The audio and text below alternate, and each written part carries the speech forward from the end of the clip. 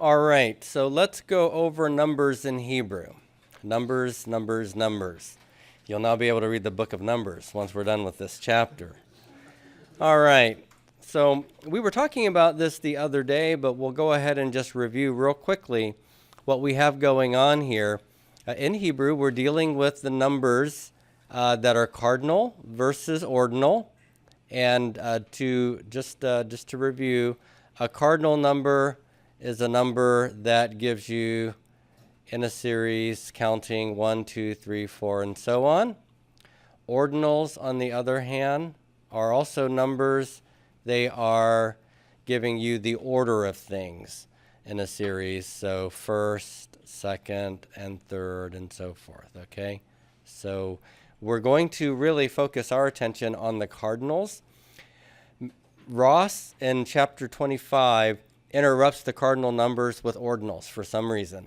I don't understand why. We're going to delay ordinals until we get to the end, and after we've completely taken care of the cardinal numbers. All right, so the thing that we have to remember about numbers in Hebrew is that most of the numbers we're dealing with are nouns, not adjectives, okay? That is really critical. The numbers, the cardinal numbers, are nouns, not adjectives for the most part. Our exception is the number 1, okay? Number 1 is an adjective, but numbers 2 through 10 and the first 10 numbers, cardinal numbers, are actually nouns, all right? So if you look at the chart that you have in front of you, I've given you the masculine singular absolute. There can be a construct form, the feminine singular absolute, and the feminine singular construct. All of the numbers in 1 through 10 can occur in one of those 4 forms. What you need to try to remember or memorize is this first column, the left column here, okay? So I'm going to circle it for you.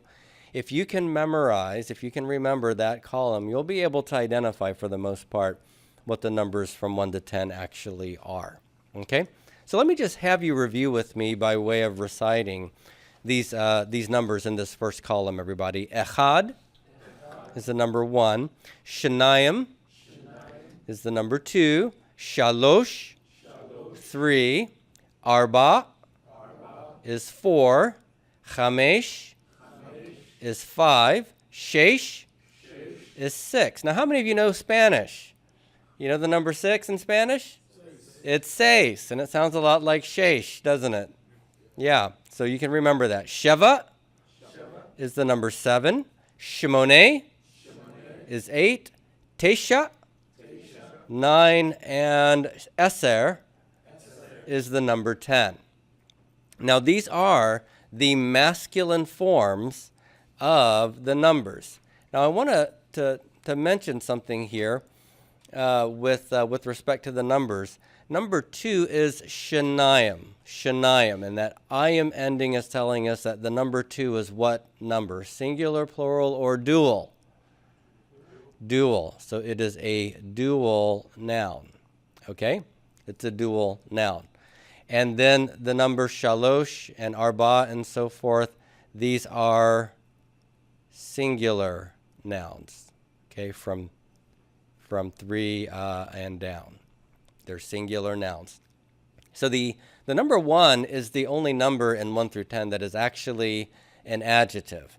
And so its gender is going to be determined by what is being numbered. So if I want to say 1 man, I'm going to use which form of echad?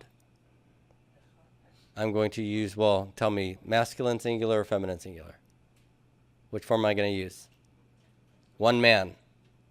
Masculine singular. If I want to say 1 woman, feminine singular. Very good. So let's write that down on our next page.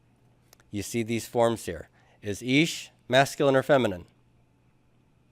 It's masculine. And so the form of echad needs to be masculine, which is echad. That's the form you're really going to memorize. Now, the feminine form of 1 is not echad, but achat. Remember that final tav we talked about is the second most common way to see something made feminine singular. You could add a comma te to make it feminine singular, or a final tav to make it feminine singular. And here we have isha achat. Isha achat. So say these with me. Ish achad, one man. Isha achat, one woman. Now, there is, believe it or not, a plural form to the number one. I don't have it on your chart, but it is in your Ross chapter, okay? And let's take a look at it real quickly here. The number one in the plural is achadim. So echad becomes achadim. Stresses on the im, so this syllable here with the aleph is left open and propertonic, and it has to reduce to a vocal shava. And since aleph is a guttural, it prefers what kind of vocal shava? No, a compound shava, right? Of the A-class variety, too, since gutturals prefer A-class vowels. So achadim, achadim. Now, how in the world are we going to translate the word one as a plural form? Ones? It's going to occur in situations like this. In Genesis, right before the Tower of Babel incident, Tower of Babel, there's an expression that the whole world was devarim achadim. Devarim means words. Achadim, ones. Ones, words. Words, ones. What does that mean? Yeah, the idea is one set of words or a common language. So you could translate the plural of echad when it clearly isn't numerically, singular, which is what you expect echad to be, to have the idea of same or common. All right? So there you go. It's funny to see echad in the plural, but that's it. Now, because the number one is an adjective, it's going to follow the rules of attributive adjectives. What does that mean? That means in terms of placement, it has to go where with respect to the noun? After the noun. And it has to agree with the noun in gender and number, right? And we could see definiteness as well. But usually when you're talking about one of a thing, then it's usually indefinite. Okay. Now let's think about the dual noun, which is the word shenayim when it's masculine. Actually, let's go back and talk about this for a moment. Shenayim is the masculine dual form of two, and it could be in the construct shenay, and ayim becomes a, or Canadian. That's the Canadian ending. So masculine plural and masculine dual endings become Canadian here. The feminine form of two is shtayim, or shtayim. You really won't even hear that shava there.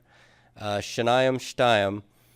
What's happened here? Well, I have a tav that has shown up here to mark this as feminine, whereas the noon of the masculine form here is visible in this one. It's like, if I can remind you, you've learned the word for son, right?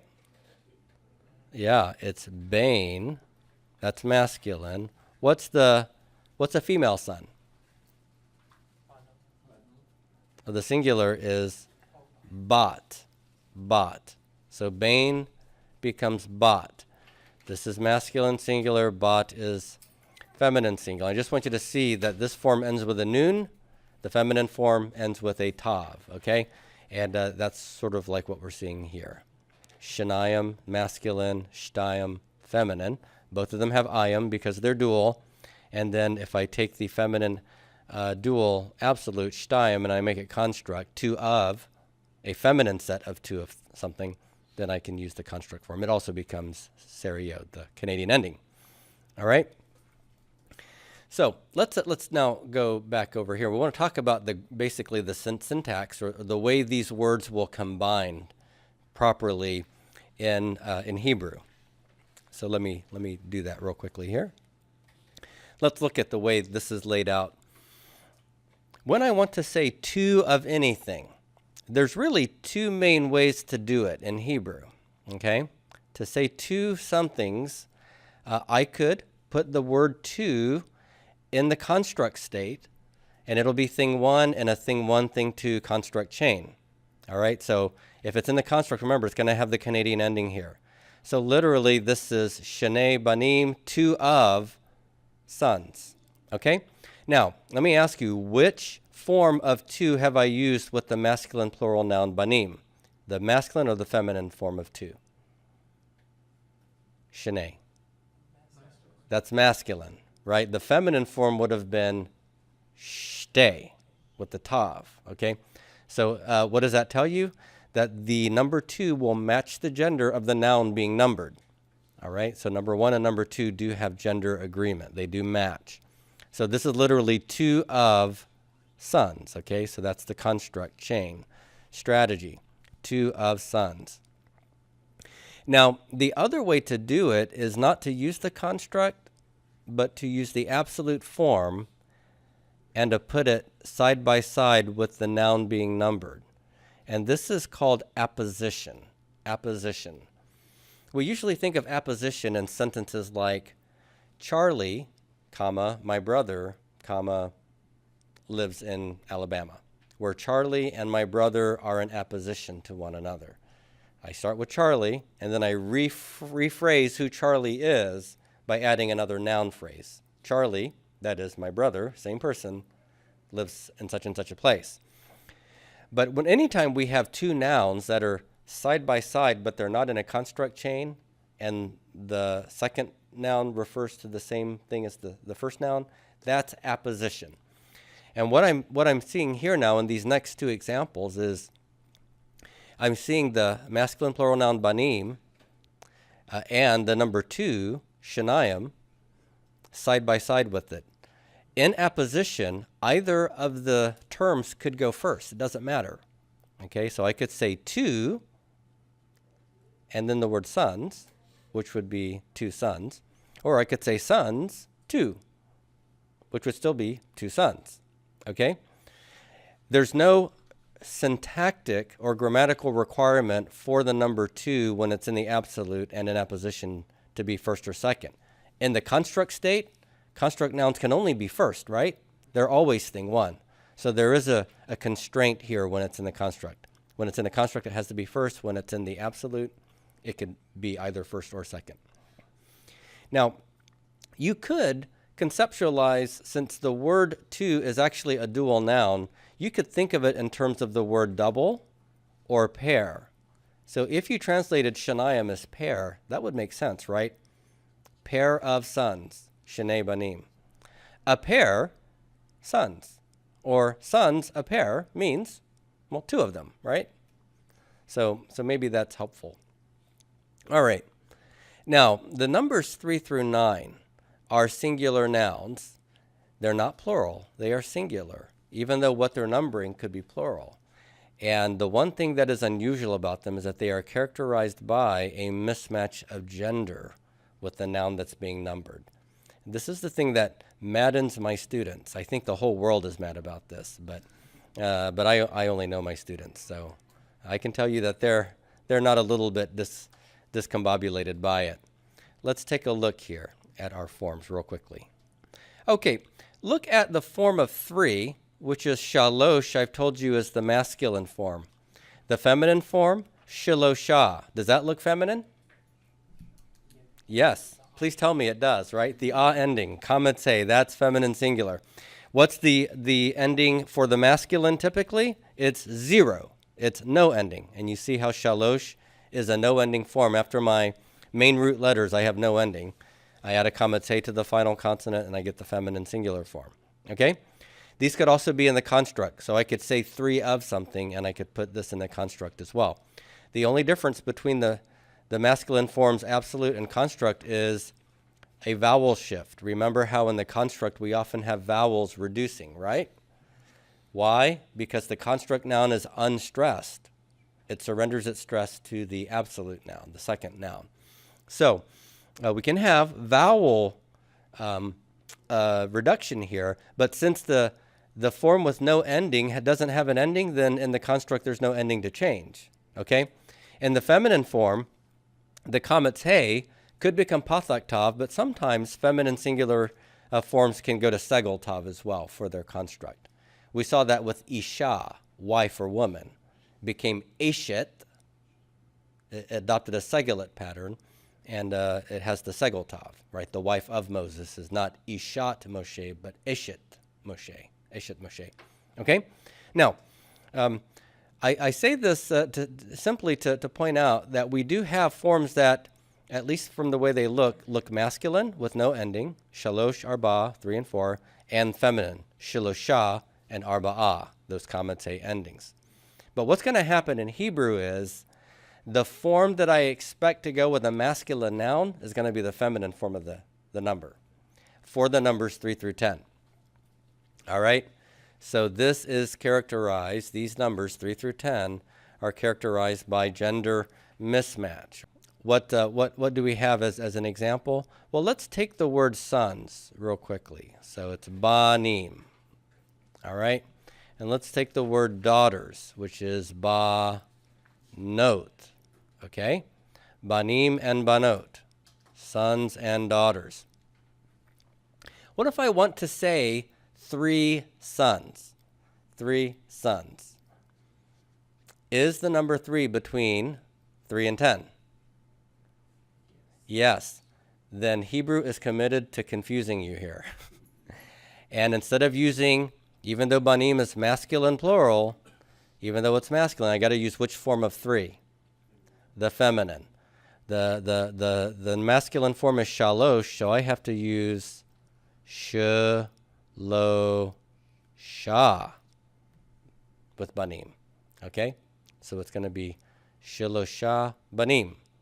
Feminine 3, that's feminine singular. Okay? But banim is masculine plural. On the other hand, if I want to talk about 3 daughters, I have 3 daughters. Daughters is what gender? It's feminine, right? Banot is feminine plural. I have to use which form of 3 since 3 is between 3 and 10? I got to use the masculine form, which is shalosh. Okay? So shalosh banot, which is the masculine form of 3. Okay? So you're going to see this throughout our chapter. You're going to see it throughout the Hebrew Bible.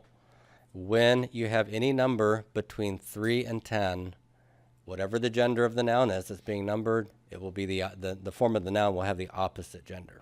Okay? Now, what does this mean? Does this mean that you can somehow psychoanalyze the Hebrew mind and say, well, they didn't know the difference between male and female? No, that would be a really dumb and lame thing to do and say. Okay? This is actually characteristic of other Semitic languages as well. So if you ever get to learn Aramaic here, we're going to see the same thing. Okay, so it isn't just a Hebrew problem. Okay, yes, so for the another way to say 3 sons and 3 daughters, we could put the number 3 in the construct state instead of the absolute. And when it's in the construct, it always has to be first. Here, it could have been banim shalosha, right? Sons 3, and banot shalosh, daughters 3. When it's in the absolute, it can go either way. But when it's in the construct, shalosha has to become shaloshet, like that, okay? And it's going to use that feminine singular. Now this is feminine singular construct, but it's still feminine singular because banim is masculine, and 3 comes between 3 and 10, okay? And then for 3 of daughters, I can't use shalosh if I want to make this construct. I have to use the construct form, which is going to reduce that vowel pointing. So it becomes not shalosh, but shalosh banot. Okay?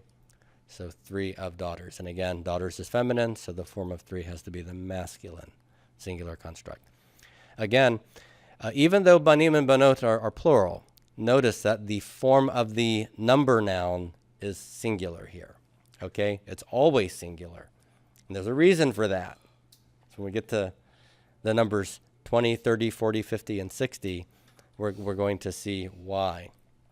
It's important that you know that the numbers 3 through 10 are actually singular nouns. Okay?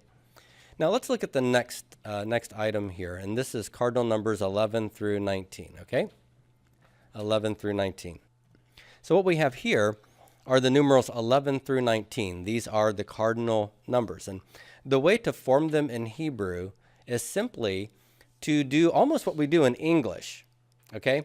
If I want to say 7 plus 10, how do I say that in English? It's 710, except I changed the form of 10 to teen, right? If it's 6 plus 10, it's not 610, but 16. 510 is 15. 410 is 14. 310 is 13. 13. Slight variations there. 2 and 10? What's that? 2 teen? Yeah, it's 12, right? And 1 and 10 is not 1 teen, but 11. Now, Hebrew is actually more consistent here. With Hebrew, you just take the number of the units, 1, 2, 3, 4, 5, 6, 7, 8, 9, and you just conjoin it to a form of 10 in Hebrew, which, as in English, is a slight variation of the real number 10. The real number 10 is Eser, from our handout on page 1, Eser. And here, it's going to be Asar, so slightly different voweling, just like 10 and teen are almost the same, but just slightly different vowels. Or Esrei, Esrei, so Asar or Esrei. Now, if I'm numbering masculine things, notice over here, I'm going to use Ahad, Asar. And if that's for 11. And there's an alternate form for 11, which is instead of Ahad using Ashtei, Ashtei Asar. The form for the 10 is the same, but the number for 1 here has changed. So 1, 10 is 11. Ashtei Asar is also 11.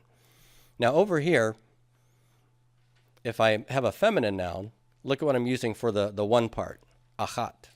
What gender is that? Well, it's feminine. Why?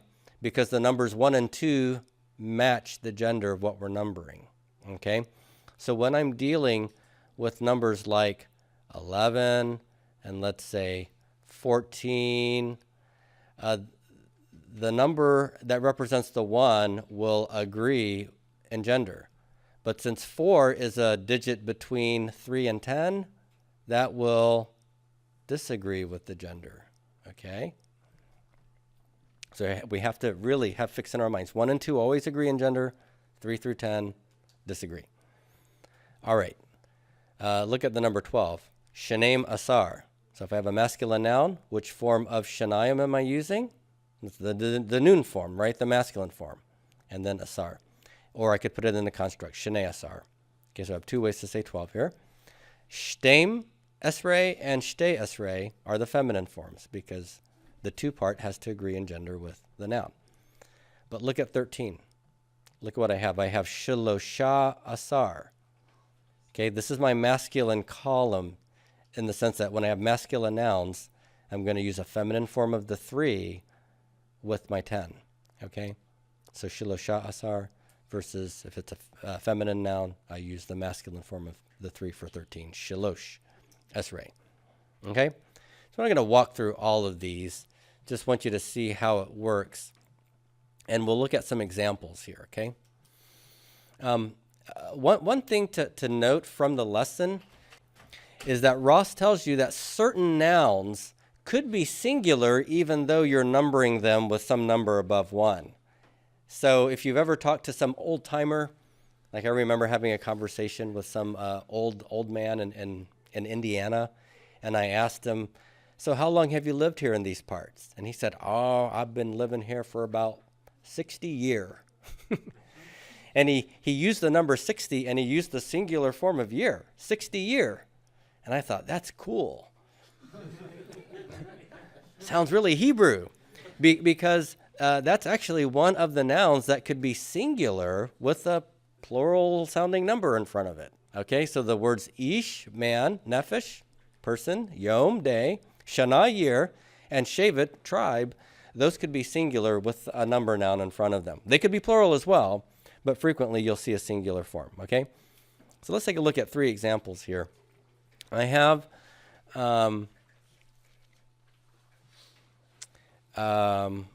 Actually, I just realized that I have this in the wrong place. I need to do my cardinal numbers for 20 through 99 first, and then we'll do these examples.